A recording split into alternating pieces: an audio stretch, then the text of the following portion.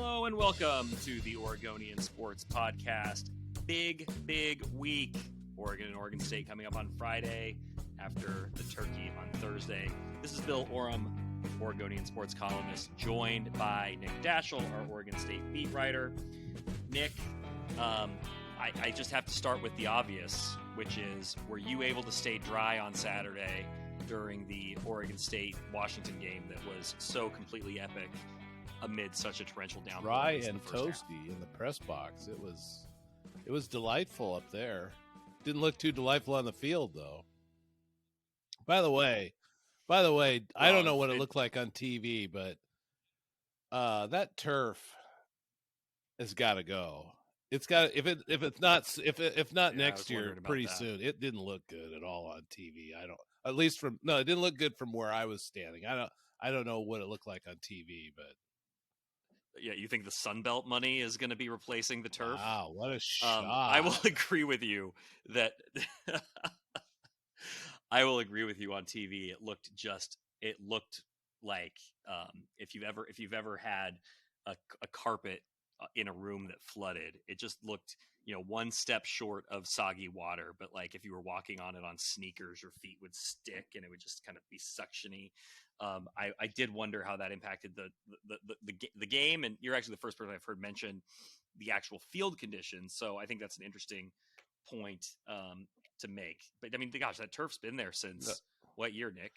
90? I think it's been there since I was going to school. No, it's not that long, but it's been there a while.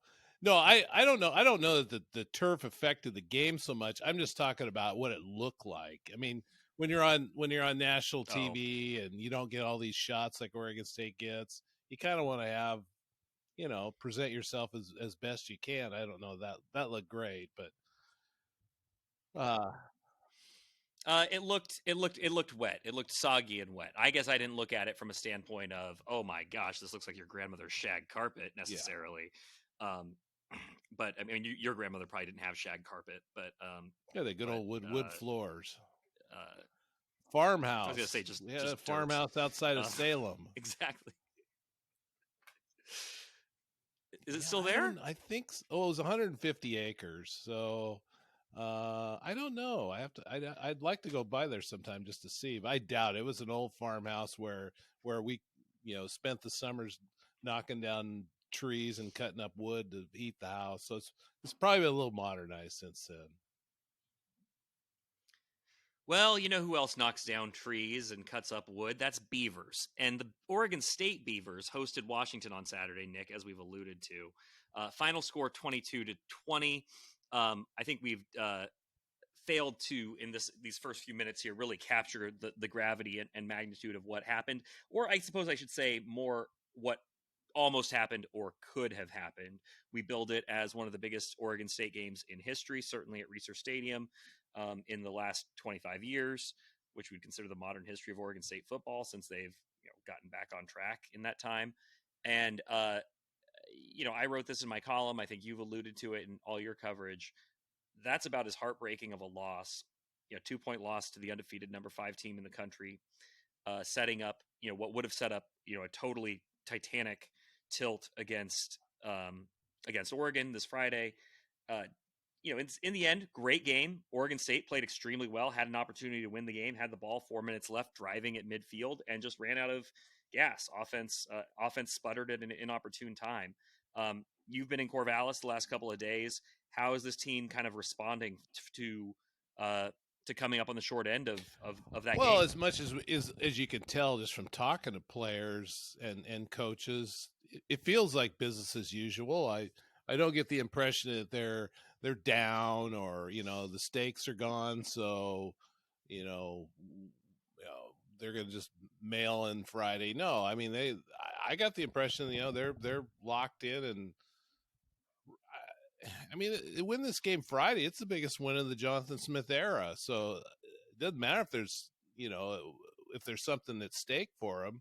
I mean, that's pretty good stakes right there. I mean, to take out the school that, a lot of Oregon State fans don't seem to have a lot of good feelings for these days. I think those are, I think that they're locked in on this game.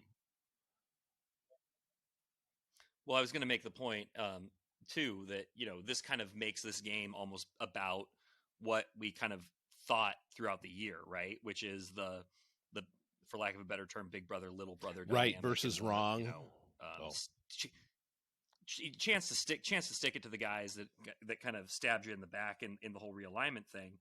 We did have a chance with the stake with what was happening against Washington for this to be a game that determined the Pac-12 championship, or I should say, would have at least determined if Oregon State had a shot at the Pac-12 championship. Oregon still has to beat the Beavers to get to Las Vegas. So, I mean, to me, it does feel like, I mean, a pretty high stakes game, because Oregon State has a lot to play for. Obviously, knocking out your rival to be the spoiler, that's huge. That's a huge opportunity, and I think that the Beavers will be up for that, and fans will be excited. I just think this Ducks team is also kind of a buzzsaw. But if you thought Oregon State was going to have a chance against the Ducks if they beat Washington, then you have to think Oregon State has a chance against the Ducks, even though they came up just short against Washington. Although there were some injuries from that game that changed in things the secondary, yeah. Akili Arnold and Jaden Robinson, we don't know whether they'll play or not Friday, and that's going to make a difference if they do. But even with the guys they had back there, they were playing a couple of true freshmen. They still seem to, outside of Roma Dunze, everyone else seemed to have their guy covered. So, I mean, Oregon State played that game plan, laid out 100% what they wanted to do. They just didn't execute as well as they wanted to. But how the game played out, that's exactly how they would have wanted to play it. And I mean, it's going to be something similar Friday, I would think. Oregon does a few things differently than Washington. Oregon, Washington wants to go wherever they think they can hit big plays, whereas Oregon is going to lead. Oregon's going to lead with their running game, and then get Bo Nix involved from there. Mm-hmm. Washington is not looking to do the same thing, but I can see Oregon State wanting to keep Bo Nix off the field as much as possible, because why wouldn't you want to? Yeah, I mean, I think the only issue there is, like you said, because of Oregon's running game with Bucky Irving and Jordan James and Bo Nix, they have the ability for those really long sustained drives that'll keep Oregon State's offense off the field Right. as well. And we've seen that, many times from Dan Lanning's team, where they have these 10, 11-minute epic drives that, that take up an entire quarter more or less themselves. So, I mean, that's something that Oregon State is going to have to, is going to have to contend with. But, as you go into this game against Oregon, Nick, I mean, is there an area that you think the Beavers have a clear advantage? Because that's the one thing I'll say about, the Ducks, right? Like, I felt like last week, you knew Oregon was going to be able to, or Oregon State was going to be able to run the ball against the Huskies. That has been a weakness of that team. You can't say the same of the Ducks defense. The Ducks have, lockdown corners. The Ducks have a great offensive line as well. They're going to be able to run the ball too, you'd think. I mean, where do you see the Beavers being able to take advantage of the Ducks in this matchup? Yeah, I was asked that question yesterday, and I'm not 100% sure where Oregon State has a clear advantage. Maybe special teams. I don't know. Maybe their kicking game's a little bit better. Maybe their return guys are a little better. That's not really enough to win a game of this magnitude, but it can't hurt. I just don't think.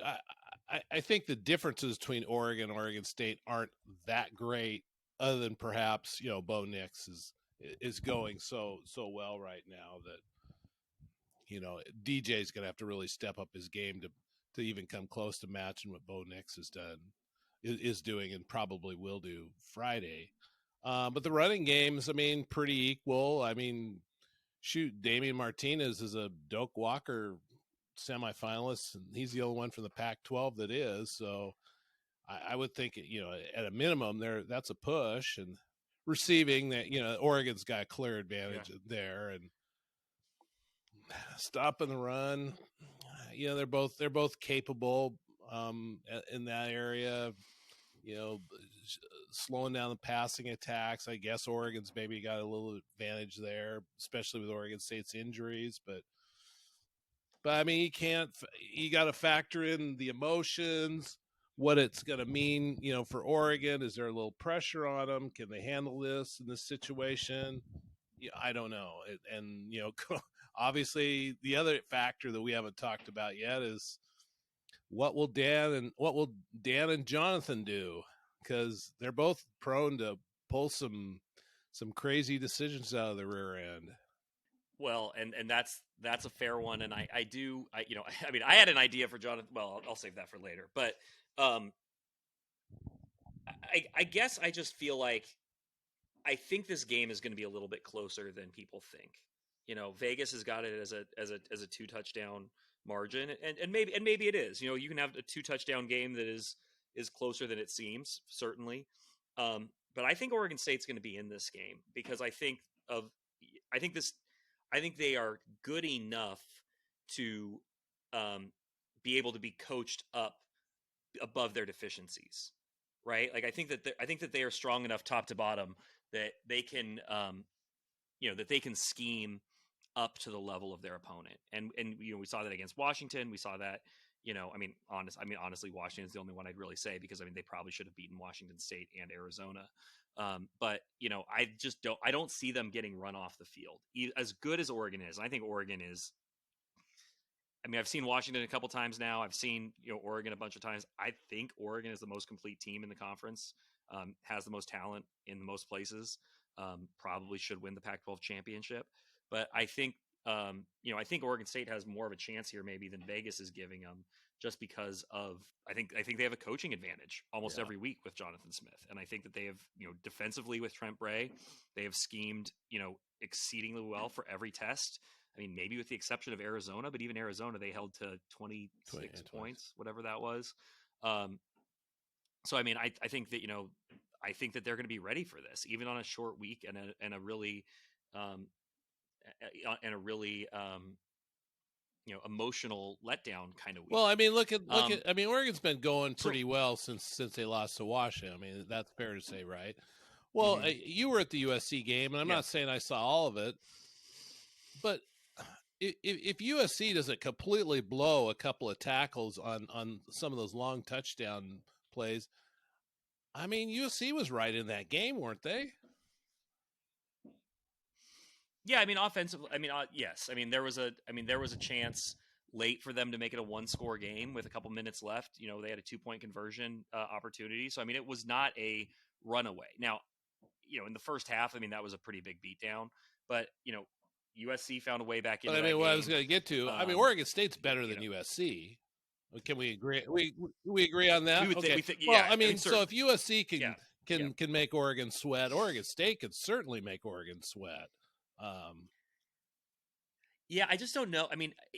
And Oregon State's had some huge offensive games, so I don't want to disparage Oregon State's ability to score the ball and to put points on the board, but they just don't have the explosive kind of offense to really win a shootout against a team like Oregon. We certainly haven't seen that, and we've heard Jonathan Smith say it. He said it at Media Day in Las Vegas that you need to have an offense that can do that to win in this conference, and that's probably what you could say hurt them in the loss at Washington State. They didn't get points kind of when they needed them until that fourth quarter when they really started trying to come back from behind against some really soft coverage. But that's probably the difference between Oregon State and USC. But I do think Oregon State, if you give them a chance to keep it within a manageable margin, they're going to stick to their strengths and they're going to find a way to stay. Well, I'm gonna push back a little bit on you as far as Oregon State now don't have the firepower to make big plays. It plays of 20 yards or longer this season. Oregon State has more than Oregon. Or Oregon State is third in the conference in that stat. They've made 67 plays of 20 yards or more. Now, whether you could argue whether that's an explosive play, I don't know. But but they're capable for sure because Silas Bolden has got tons of speed. Anthony Gould's got tons of speed, and we've seen Damian Martinez when he gets loose. He may not look fast, but he seems to run away from guys. So I think Oregon State's they're capable of making explosive plays. Now, do they have some of that breakaway speed we saw in the USC game from Oregon. Maybe not. I don't know, but I wouldn't undersell Oregon State's ability to make a big play. I think that they're capable there. They're maybe not at USC Oregon level, but they're capable of something a little bit less than that.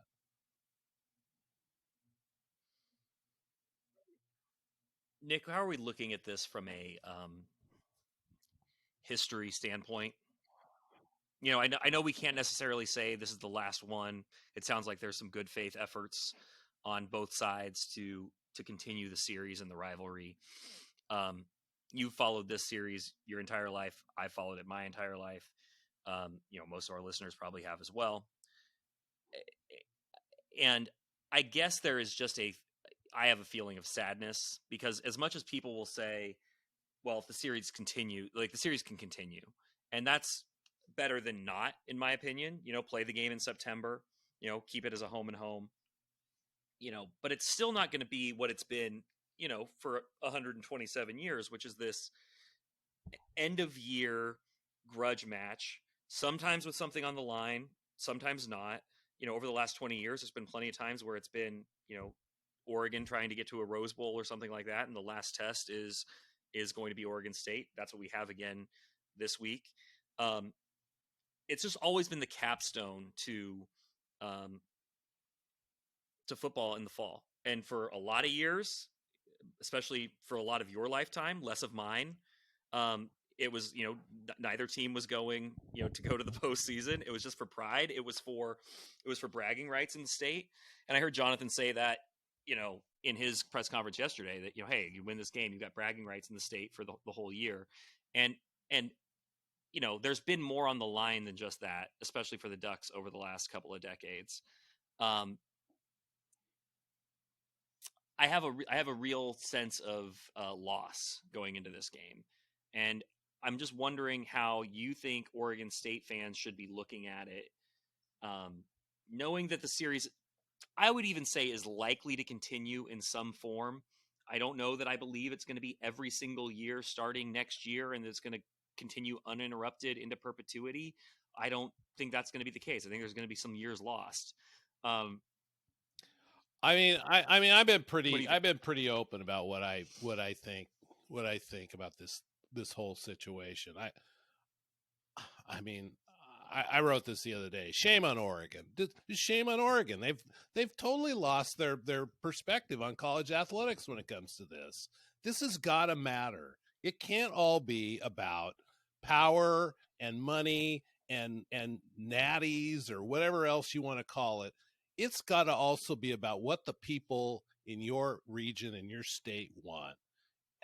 This game is way too important to just go, well, let's see if we can move Boise State, or let's see if, no, it's got to be, damn it, this game is going to happen and we're going to make it happen because it's too important.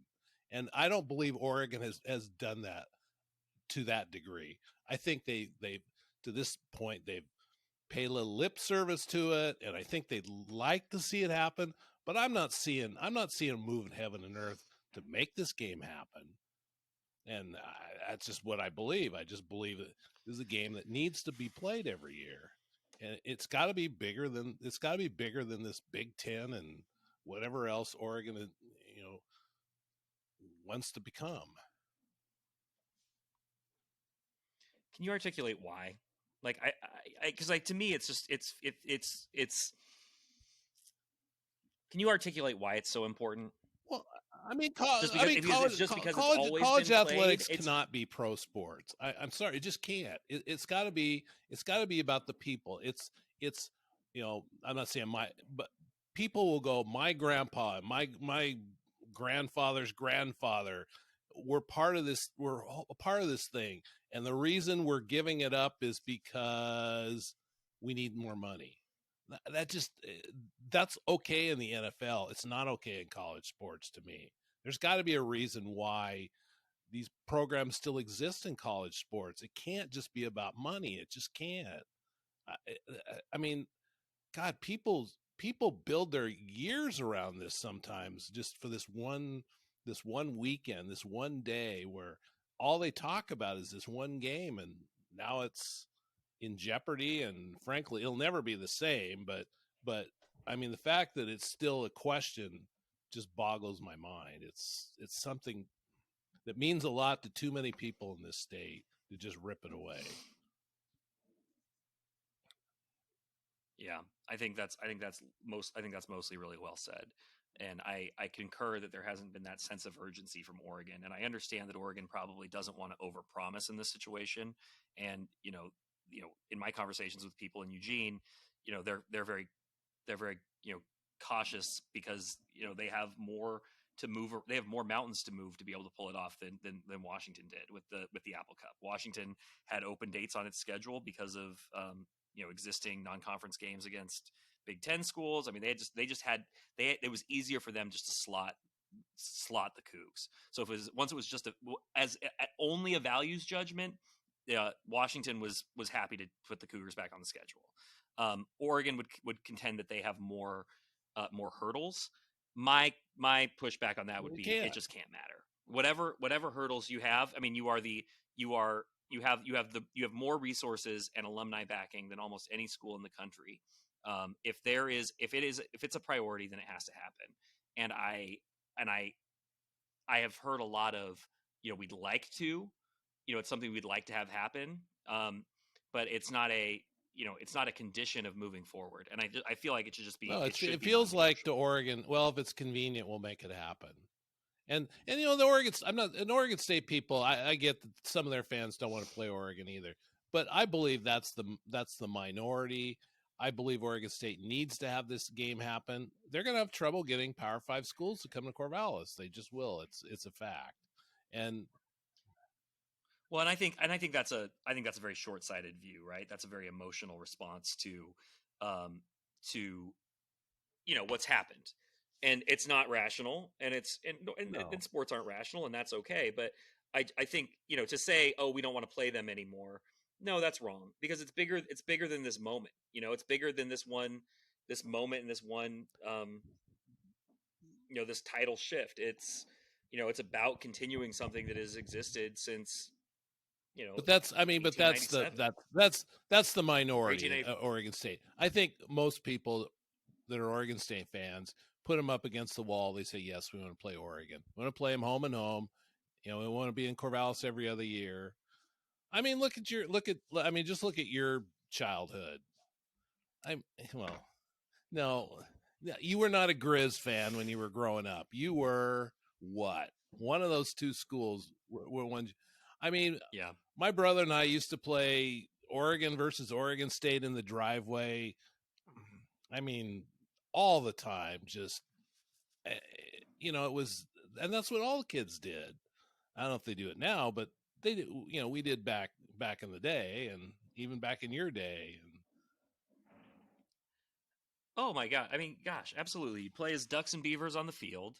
I had a little bit of a house divided. I have two sisters who went to U of O. My mom was in the Oregon State marching band, so I mean, it's in the family, right? And I remember.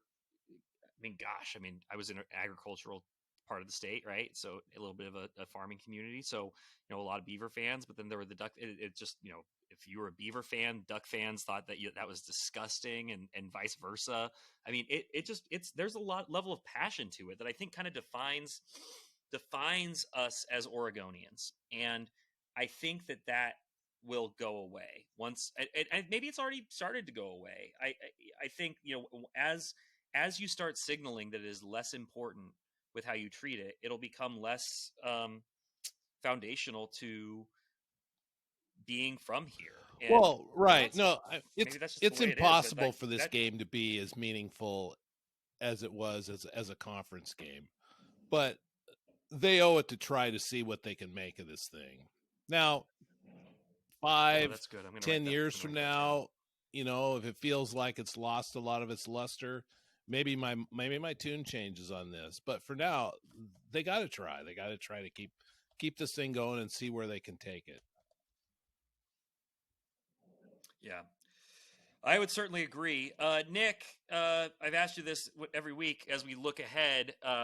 now that we know the Beavers are 8-3, they're either going to be 8-4 or they're going to be 9-3. What's the difference between 8-4 and 9-3 in terms of bowl slotting? I've seen a lot of projections that have the Beavers playing in the Holiday Bowl, which they've never been to. If they beat the Ducks, do they sneak up into the Alamo Bowl? Is that how that would work? Because then Arizona would likely get thumped by Washington in the Pac-12 title game, or not, given the way Arizona's been playing and the way Washington's been playing. But if Washington goes to the CFP, does Oregon still get a New Year's Six Bowl, or does Arizona? How do you see that playing out if Oregon State beats the Ducks? As Oregon Live readers know, because they read everything I write, of course, and I wrote about this Sunday, and I kind of laid out where this thing stands. Let's just say Oregon State loses Friday. I mean, that's where where the odds are. They'll be 8-4. The likelihood is Oregon State's going to finish in a 4-way tie with Utah, UCLA, and USC at 5-4. I mean, if you think UCLA is going to beat Cal and Utah is going to beat Colorado, so at that point, Arizona, as long as they don't lose, and even if they do lose, they're still going to the Alamo Bowl, I think. There's a small chance they could maybe move up high enough to get an NY6 Bowl, but I don't think that's going to happen. So let's just say Arizona's going to the Alamo Bowl. That no one else can get there. Then it comes down to then there's 4 teams in line for the next 4 bowls. First up is Vegas. Oregon State's not going to the Vegas Bowl. They were just there last year. I think Vegas is going to take UCLA. Yeah. Next one would be the Holiday Bowl. That's a Utah, USC, Oregon State discussion. I don't know. I mean, if you told me they had Caleb Williams, I'd say they probably would go. They probably would go with USC. But does anybody believe Caleb Williams is going to be playing in the bowl game? I don't believe he will be. So then it comes down to Oregon State and Utah. Who do they want? Utah played there in 2017. Oregon State's never been there. Oregon State beat Utah. I think there's a pretty good chance Oregon State lands in the Holiday Bowl. But if they don't go there, then I would say the Sun Bowl it's either the Holiday or Sun for Oregon State. And I think there's a better chance of the Holiday Bowl than the Sun Bowl. Now they can lock up the Holiday Bowl if they beat Oregon on Friday. But even more important, they still have a shot at 10 wins if they win Friday. And that's never happened in Oregon State history, back-to-back 10-win seasons. So there's that. Yeah. All right. Well, Nick, I appreciate you as always. By the way, I have waited a long time in this episode to say this. I usually lead with it, but I'm giving our listeners a bit of a rest. But if you are not yet subscribed to our new texting service, our ongoing daily updates from across the sports spectrum, you really should check it out. That is a texting service where you're going to get updates directly to your phone from myself, Nick Daschel on the Beavers, James Creppy on the Ducks, Nick Strang on high school sports. It is state championship season. And all of us here at the Oregonian, Oregon Live. It's really simple. Just shoot a text to 503-386-0095. Use the word join. 503-386-0095. Say join. You're going to get a link back, and it's going to direct you to sign up for 2 free weeks of our service. After that, it's $3.99 a month, which is a really manageable rate for the level of insight you're getting from all of our insiders here at the Oregonian and Oregon Live. You get breaking news. You get reports directly from the sideline, and pithy observations from myself. Folks seem to be enjoying it, and we think you would as well. So again, that number is 503-386-0095. Text the word join.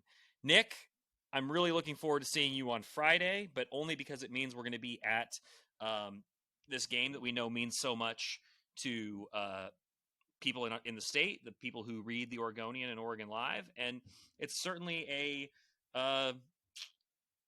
a dividing line in state history. And, this is the last Oregon State game as conference rivals, as something that means what it has meant for 120 plus years. and I feel like we're going to be witnesses to history. Well, Bill, since you'll be driving, lay off the turkey on Thursday, so you're good and alert to drive down while I'm sleeping in the passenger seat. I'm working on something here. It's like, it's not a tripometer, it's a tryptophanometer. Tryptophanometer. All right. Okay, Nick. Well, I appreciate you, and we will talk soon. Probably next week once things have shaken out a little bit on the